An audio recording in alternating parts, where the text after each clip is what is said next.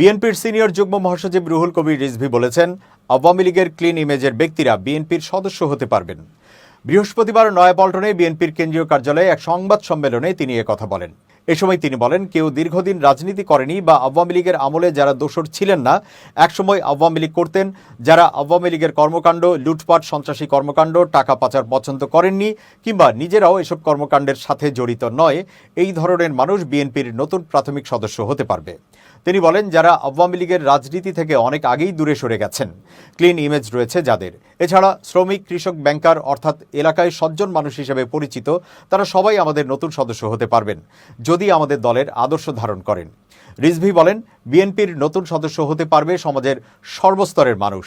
যারা বিএনপিকে পছন্দ করেন তারা আগ্রহী হবেন বিএনপির সদস্য হতে, এটা প্রত্যাশা করি, কারণ এখন তো শেখ হাসিনার সেই আগ্রাসন আর নেই।